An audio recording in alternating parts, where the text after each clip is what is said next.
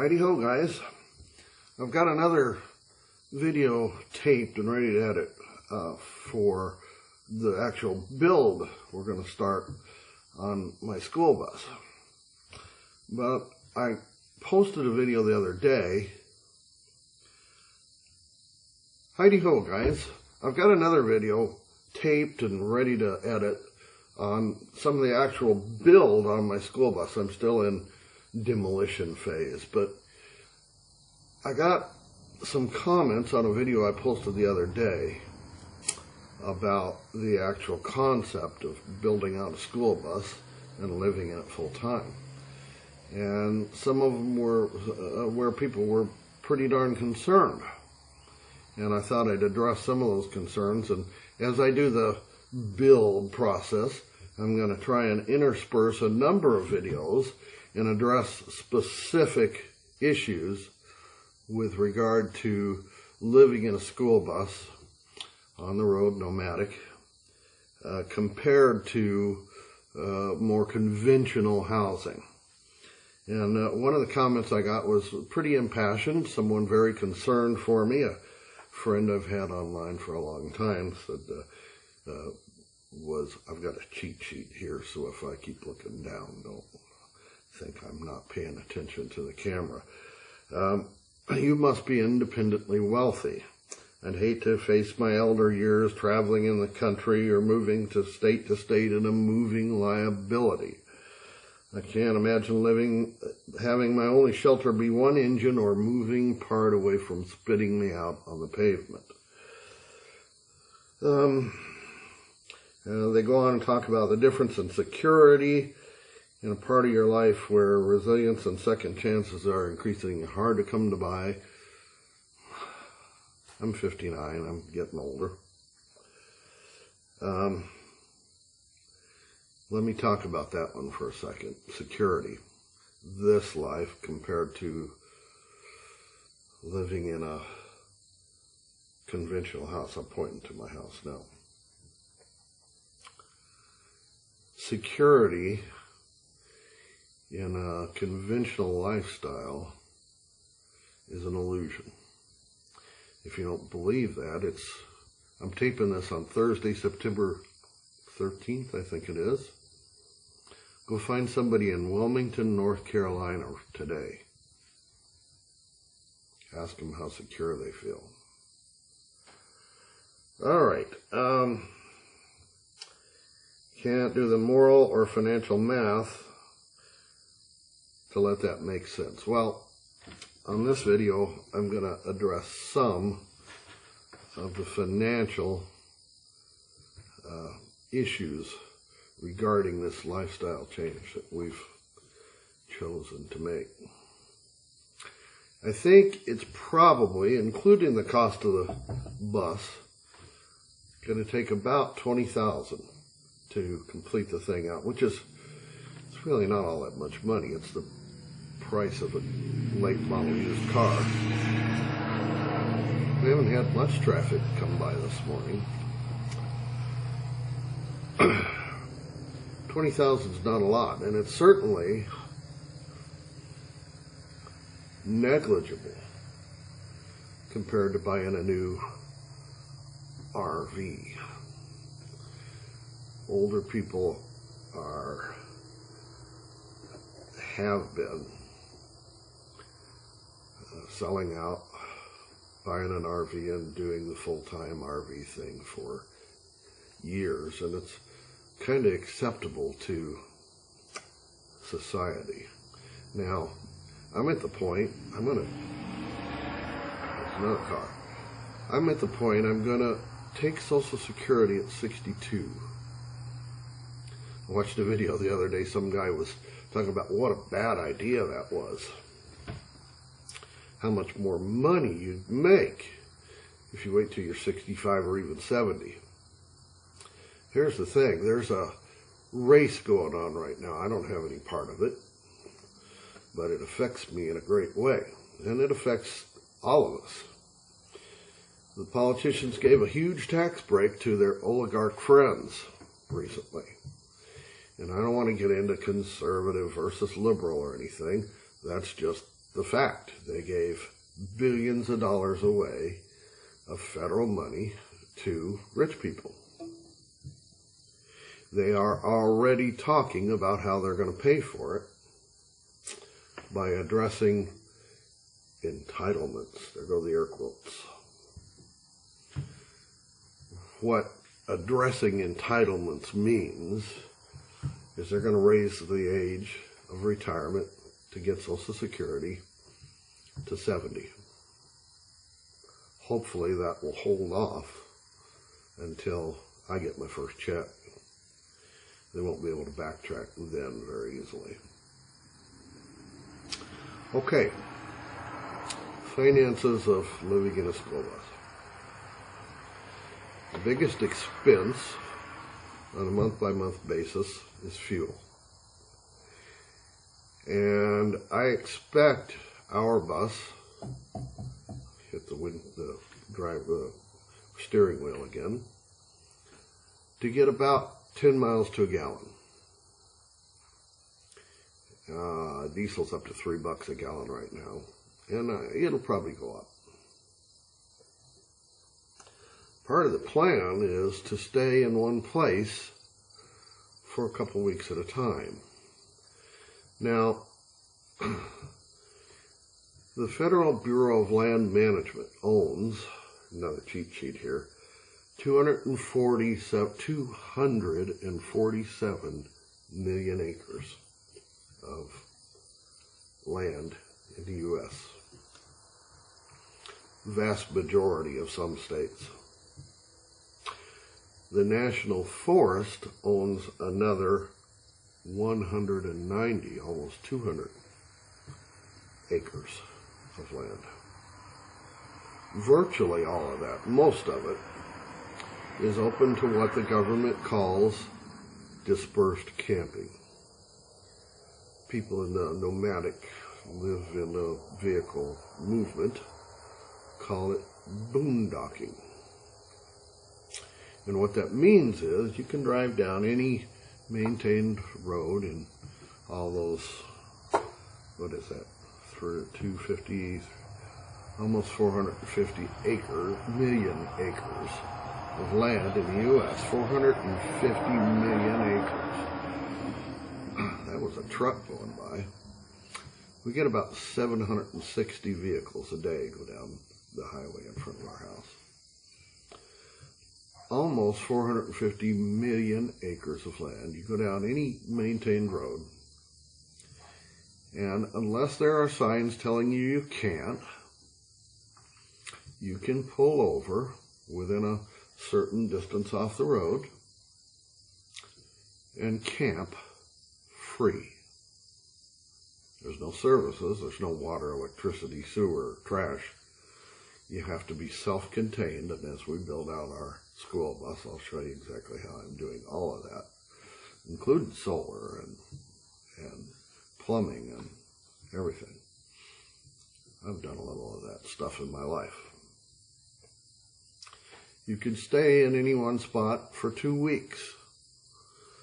Some of it's crappy desert, and some of it's beautiful panoramic vistas and babbling brooks going by. Free. At the end of the 2 weeks, most of that land has a rule on it by the government that says you have to pack up and move at least, I think it's 27 miles. We have made a limitation on ourselves because I don't want to push this steering wheel very much either. That we will move in general every 10 to 12 days, 14, and go no more than 100 miles. That gives us some leeway to find great places to camp on federal land, free.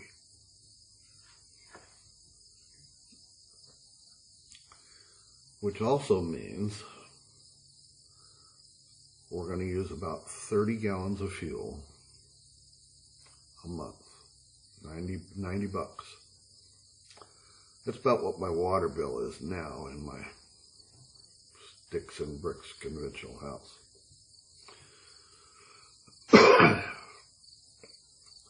We'll heat with wood and propane, very inexpensively. This is a small space. It's a little over 200 square feet, I think. I'm going to have to do some remeasuring and figure that for you. It's part of a minimalistic lifestyle, too. We've been indoctrinated all our lives. The only way you're going to be happy is go to the store, China Mart, and buy stuff. And then you're happy for about 30 seconds and the newness wears off and you're depressed again. Happiness isn't spending decade after decade working for the man.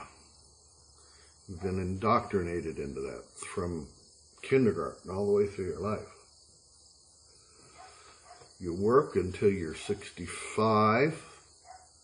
You take Social Security because hardly any of us are going to get a pension anymore.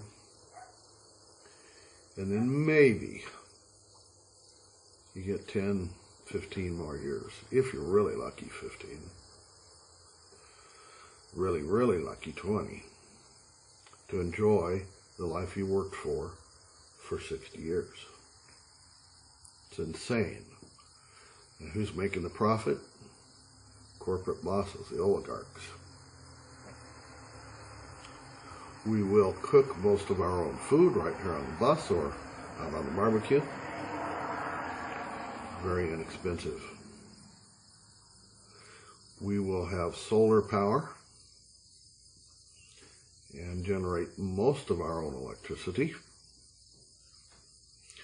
Water, we will either get for free, and a lot of places will let you have water for free, or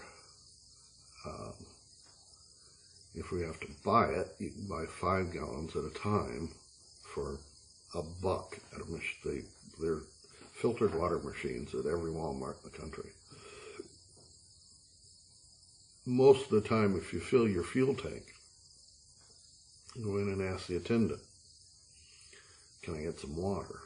They'll tell you where the hose bib is, where you can hook your hose and fill your tank. We're going to have a composting toilet. The only sewer we're going to have to deal with, and we'll have 90 gallons capacity, is coming from the kitchen sink and the shower. I already have plans for a device that will evaporate most of that. If not, there are places you stop. A lot of towns in the U.S., especially through the middle of the country, have places at their little city parks where you can camp for a few days for free, get water, and dump your tank.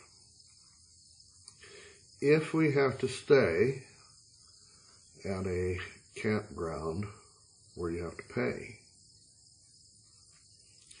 any national forest campground, most state park campgrounds, there is a thing called the Discover America Pass, I think it's called. It's going to cost me $80 lifetime. With that card, pass,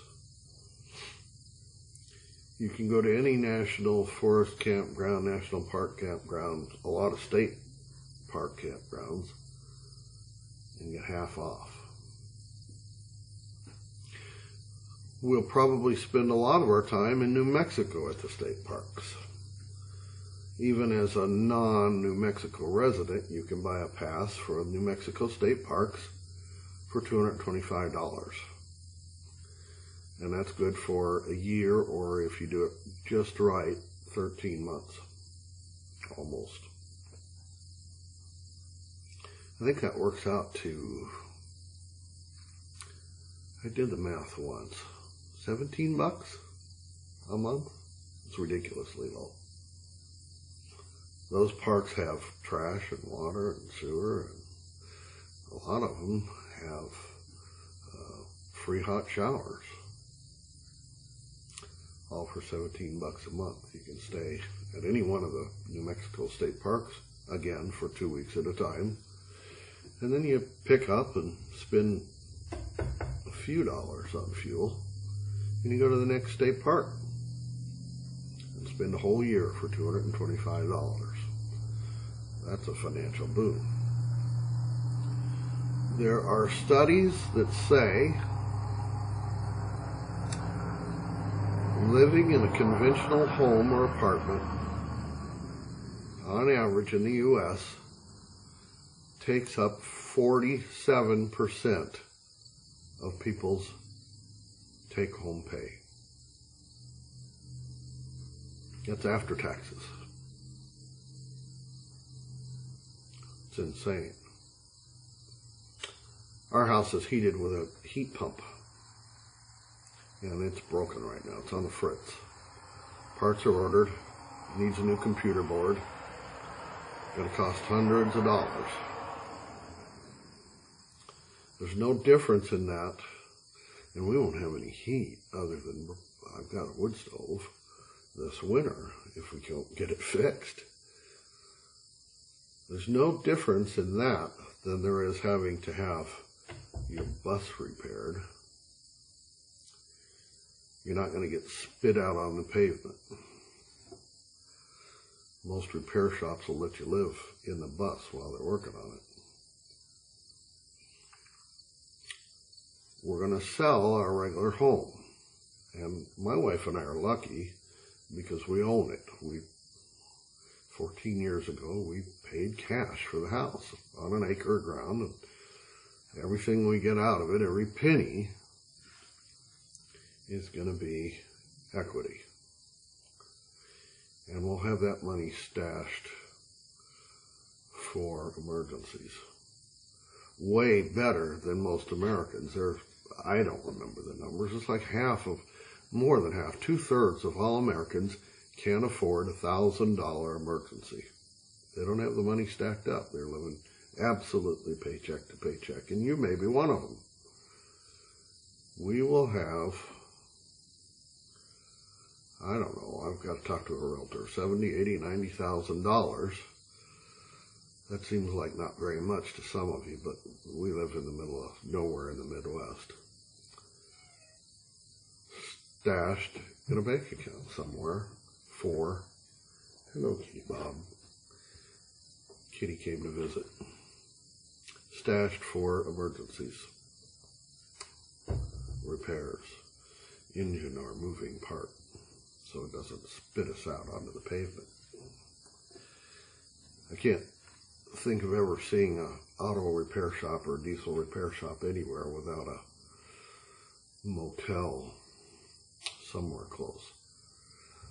Yes, you love it, don't you? He's a good kitty. I don't think he's going to last until we hit the road. We're kind of figuring we may have 2 dogs and one of our kitties.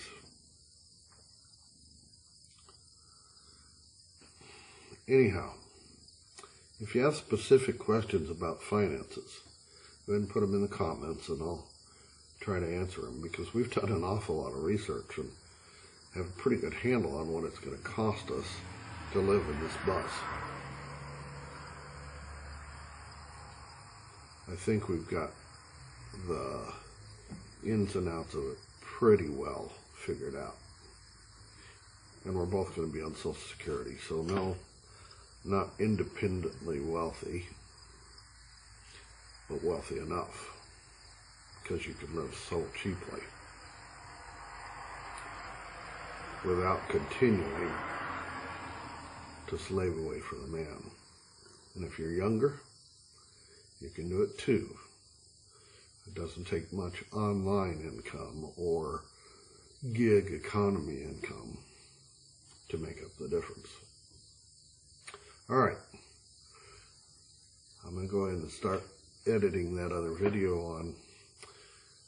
So I'm starting to take the side panels off under the windows of the bus. It's going to take me a couple weeks to do that. In the meantime, we'll get through this.